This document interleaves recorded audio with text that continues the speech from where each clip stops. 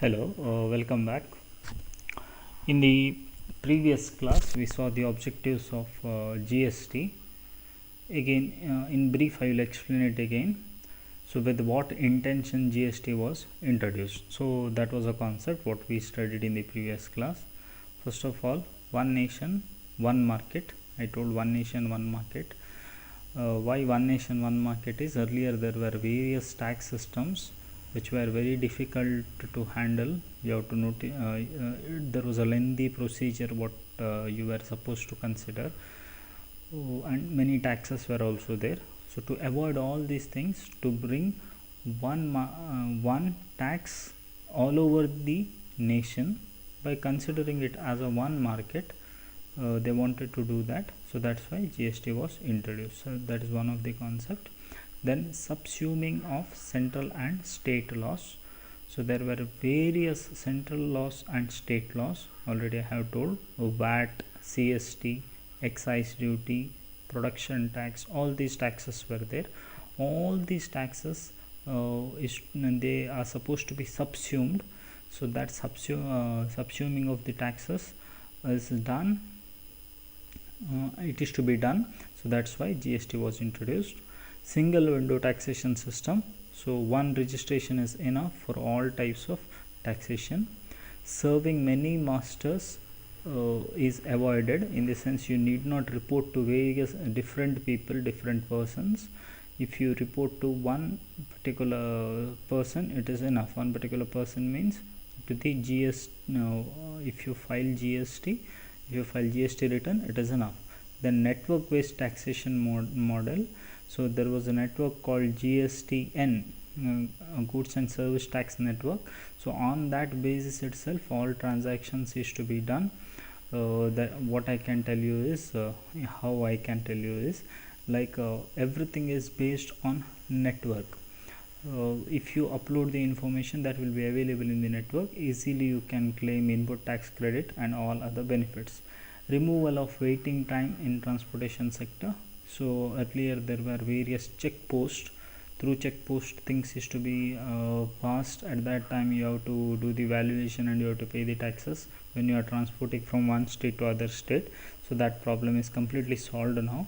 Then consumption based tax. So it is destination based, consumption based tax.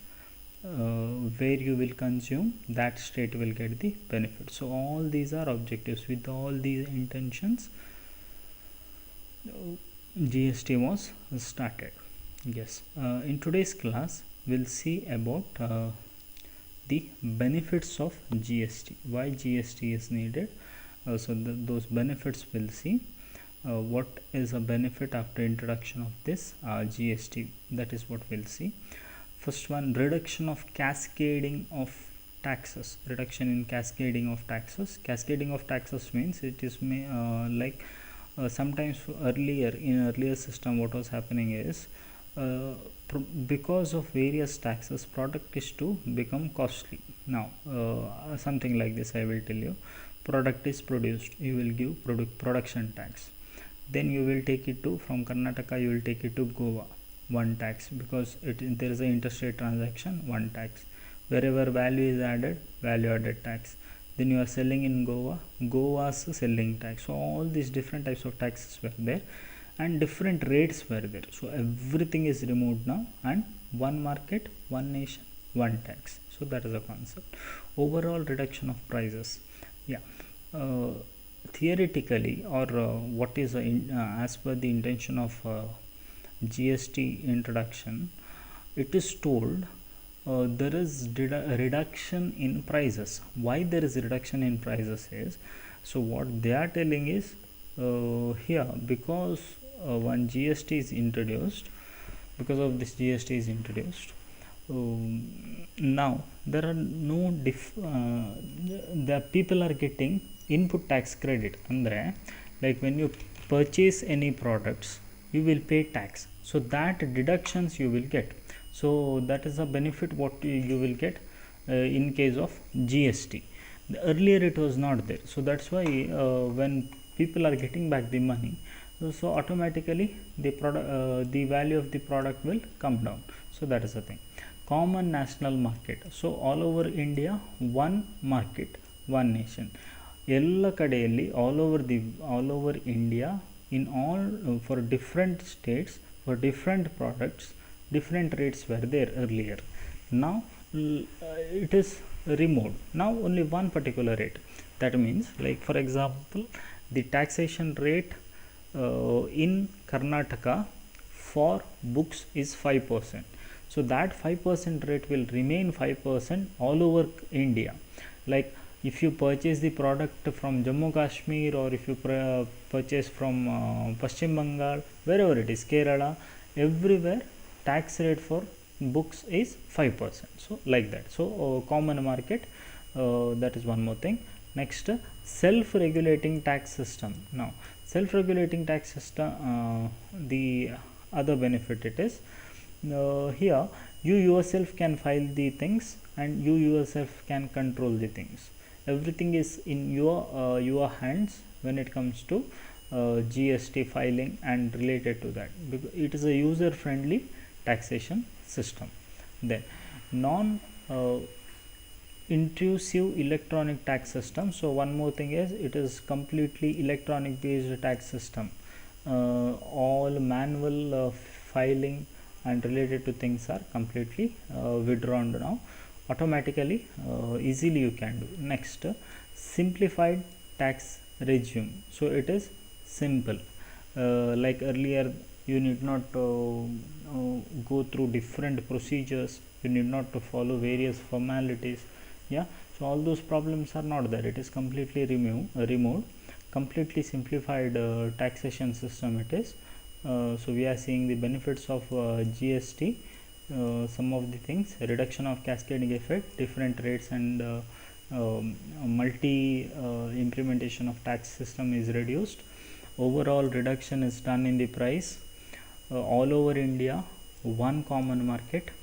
You yourself can control and you can regulate the taxation system. Completely electronic based taxation system it is. So that benefit you have. Then a very simple taxation system. So these are things I told. Now again, reduction in multiplicity of taxes. Multiplicity tax andre already I have told, different taxes were there. For one product many different taxes were there. So that is completely removed now. One more is consumption based tax. Where you will consume, there you will pay tax. Now in Karnataka, product is produced, taken to Goa. In Goa it is consumed, you will pay the tax there. Abolition of CST and VAT. Central sales tax and VAT, value added tax, both the taxes are removed. So that is one more advantage. Earlier there were VAT was levied in almost all states. Different states had different VAT system. Like Karnataka had KVAT system, then Maharashtra has a MHVAT system. Yeah, like that. Various tax systems were there. Now it is completely abolished. Whereas there are some products for that it may be there, like maybe alcohol, maybe petrol. For that VAT is there, because it will not come under the purview of GST. It won't come under GST. So if you bring it under GST and then VAT will be abolished. So that is the thing what we have to consider. The next one, zero rated export. So if you export the products, then you need not pay any amount of tax here. And one more thing is, you will protect domestic industries are protected. So that is one more thing. Whenever you are exporting, there is no tax. Whenever importation is taken place, then various taxes are levied. Through IGST will be levied on exports. So through that, product is made costly. So automatically domestic industry will be helped a lot. So these are the benefits what we have to consider.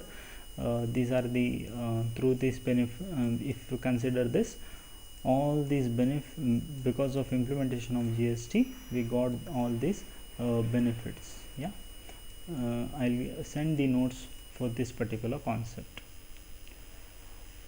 You can expect this for section C or section B. Normally it comes for section B. Thank you.